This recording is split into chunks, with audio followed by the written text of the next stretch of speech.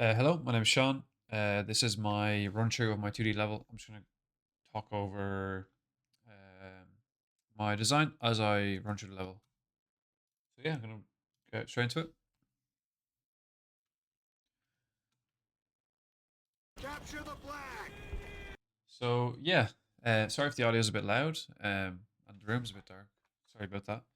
Um, but anyway, what's important is the level and what I'm saying, so don't worry too much. So basically, your spawn straight in. It's basically the level design is a capture the flag map, very reminiscent or similar to the likes of like Call of Duty or any sort of arcade shooter where you would have a team based shooter game where you have to go to the other side of the map, capture the enemy's flag, and return it to your flag. So immediately it makes sense for you to spawn in your flag, and here it is. So, like, obviously, the people will know before they enter the game that this is what's going on. But just in case you're like a casual player, jump into a random game mode, then people know exactly what's going on straight away. Anyone who's familiar with this will know it's a capture flag. That's why the audio's in there. That's why you spawn beside the flag. So we've obviously got the controls in the bottom left, but what's more important is the level. So it's a 3 lane system, which means that basically the map is designed in 3 main lanes. On this 2D level is the top, the middle, and the bottom. The top is quite a sort of narrow lane in this map.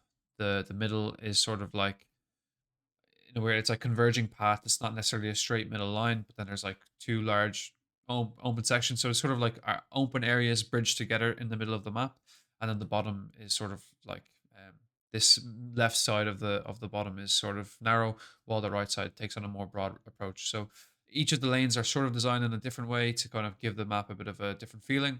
So what I'll do is I will go from left to right in the top lane, then I will go from right to left in the middle lane, and then I will go from left to right in the bottom lane just to show off both lanes. And obviously, it's important to look at it from both teams' perspectives. So that's the best way of capturing the full map. Just a little thing as well. The map has been developed around a lighting mechanic. So obviously, right click, you can change your thing. So ideally, what would happen is that if you were playing this game, you would use this to sort of like have two different modes, and the gun would be different as well. So you have a short range weapon, which has a much more broader vision, and then you have a longer range weapon that's more accurate that you can use to sort of check and see if targets are further away. So it gives the player a dynamic and approach to the darkness that's present in the level. I'll mostly just use this one because it's kind of strong. It's stronger than I wanted it to be, but it shows the most of the map. So yeah, we're gonna get into it. I'm gonna try to go quickly now because I feel like I've explained a lot, but you'll get the idea. So obviously, just one thing as well. There's no middle access to this section of the map, but there's no middle access to this flag, but there is only middle access to the other flag. If that makes sense, I'll try to explain that as I get there. But yeah, so here's an example of the targets. You can see it straight away, but here it's much harder to see. There's no weapon mechanics, so you just collect it and you get the coin noise.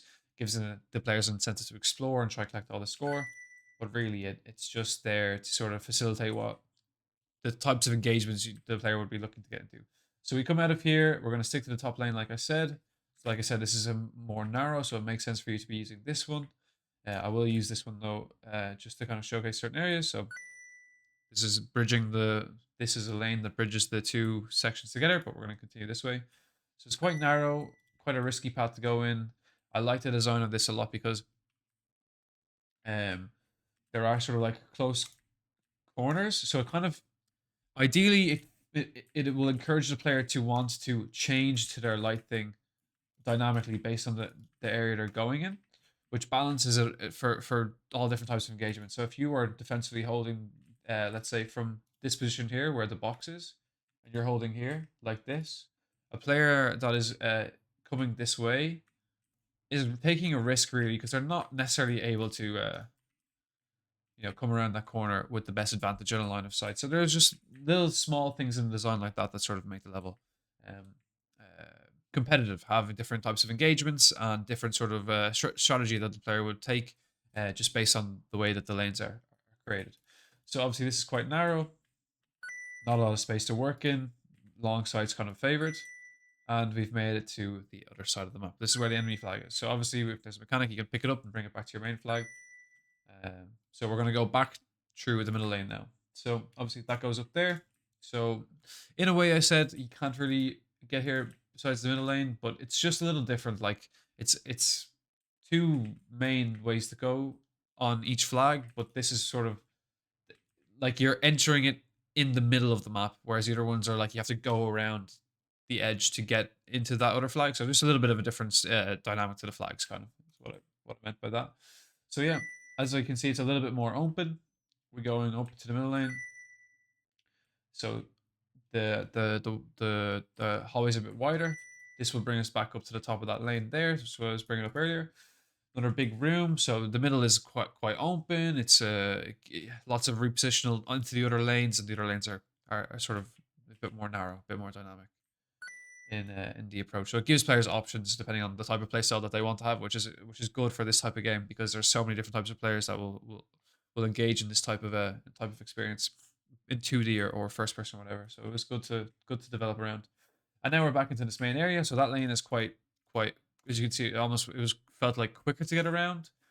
So this is like narrow one. It's harder to traverse. You have to be more accurate with the way you're going. It's quite big, quite wide, so you can be quite I feel like lazy is the wrong word, but it's the word I'll use to kind of get around. But obviously, because you're in the open, you can get shot from a lot of different angles. So you just yeah, there's just a different dynamic to the lane, even though they're quite similar in size in terms of like from left to right. I mean, the map is pretty much the same size from left to right. There's no real like looping around or anything like that. It's just like it's basically you can plot it on a plane. Like you could put the put the map on an image and you'd see it all. It wouldn't be like coming out. Uh, I'm doing a bad job of explaining that, but hopefully you understand what I mean. So yeah, this is sort of the main area. So obviously different to the other flag because you can't actually enter this section through the middle. You have to go around from the top area, which is where we came, or come down to this bottom section. So it's just quite an open area. You can see the full overview in the research and design document that I made, in case anything's missing or you feel like you maybe aren't taking in the whole level. It's worth having a look at that first before you watch this video. Probably should have said that sooner, but hopefully you've seen it already. So yeah, now we're back at this flag. So I'm going to go back to the enemy flag. Obviously I've captured as well, so that mechanic's in the game now. I'm going to go back into the bottom lane now. So we're coming down here.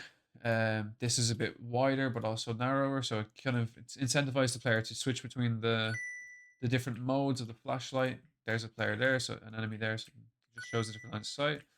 Quite similar to the main uh, middle lane in terms of width, but what I've added to this section are sort of these pocket spaces that lead to nowhere, but they're just like they're power points. You can sit here and you can hold anyone walks by. You have an advantage of them walking into that space because they have all this to worry about.